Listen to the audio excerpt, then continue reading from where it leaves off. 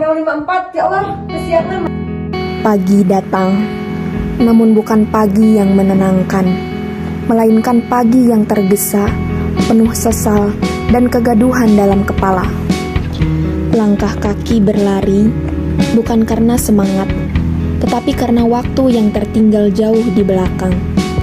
Sepatu dikenakan tergesa, napas terengah, jalanan menjadi saksi langkah yang terburu dan jiwa yang terbebani. Lihat tugas ada apa aja.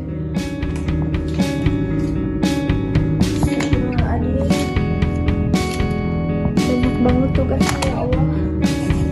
Aku termenung, lama, terlalu lama, menatap tumpukan tugas yang kian menggunung, menatap buku-buku yang tak lagi terasa bersahabat.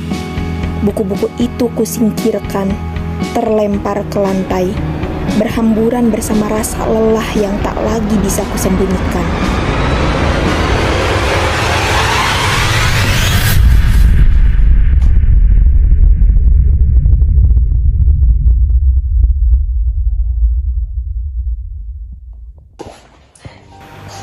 Aku duduk terpaku, tak menangis, bahkan tak bicara, hanya diam dalam ruang kecil yang kini terasa sempit oleh segala yang menyesakkan dada. Aku lelah, tapi bahkan untuk mengakuinya pun aku ragu, karena dunia seakan terus menuntutku untuk kuat, tanpa jeda, tanpa keluh.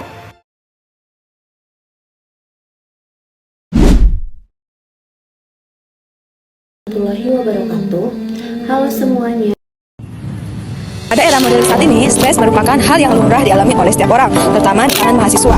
Tekanan akademik, banyaknya tugas, masalah percintaan, masalah pertemanan, hingga tuntutan sosial seringkali menjadi pemicu munculnya stres. Namun, apakah kamu tahu bahwa ada satu cara untuk menghadapi stres itu?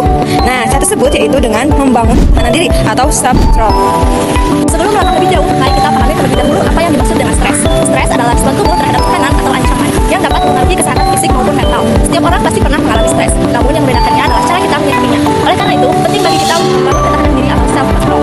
Gottfried dan Membangun dalam Persnya tahun 2008 halaman 16 mendefinisikan self-control sebagai kemampuan untuk menyusun, membimbing, mengatur, dan mengarahkan perilaku ke arah konsekuensi yang positif. Dengan memiliki ketahanan diri yang baik, seseorang tidak hanya mampu mengelola stres secara lebih efektif, tetapi juga dapat tetap fokus dalam mencapai tujuan hidupnya. Beberapa dampak positif dari self-control antara lain yang pertama, mampu bertahan dalam menyelesaikan tugas meskipun dihadapkan pada hambatan atau gangguan. Yang kedua, tidak mudah marah atau terpancing emosi negatif. Yang ketiga, mampu bersikap toleran terhadap hal-hal yang tidak menyenangkan demi hasil yang lebih besar di masa depan. Lalu, bagaimana sih cara membangun ketahanan diri serta self-control yang baik? Berikut adalah beberapa langkah praktis yang dapat dilakukan. Yang pertama, meditasi. Meluangkan waktu beberapa menit setiap hari untuk menenangkan pikiran serta melatih kesadaran diri. Yang kedua, menulis jurnal serta mencatat hal-hal yang menjadi sumber stres serta momen yang layak disyukuri. Kegiatan ini membantu individu mengenali emosi dan pola pikirnya. Yang ketiga, membangun pikiran positif dan mengubah pola pikir negatif menjadi konstruktif dengan fokus pada solusi, bukan semata-mata pada masalah.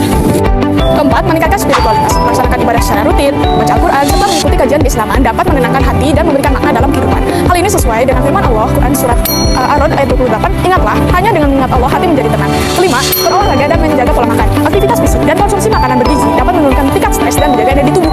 Keenam, melakukan hobi. Meluangkan waktu untuk melaksanakan aktivitas yang disenangi menjadi salah satu cara yang efektif dalam mengurangi stres dan menjaga semangat. Perlu diingat bahwa stres bukanlah sesuatu yang dapat dihindari sepenuhnya, tapi sesuatu yang bisa dikendalikan. Dengan membangun ketahanan diri, kita mampu menghadapi berbagai tantangan kehidupan tanpa mudah terpuruk.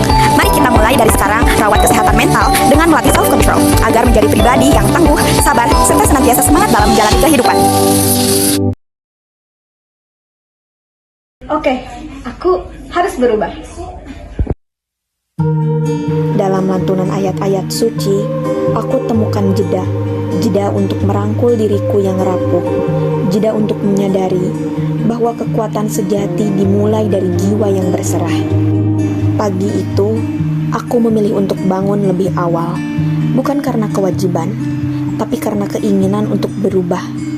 Aku berlari, menghirup udara pagi yang sejuk, membiarkan setiap langkah menjadi bentuk perlawanan terhadap keputusasaan, dan setiap tetes keringat menjadi bukti bahwa aku sedang memulihkan diri.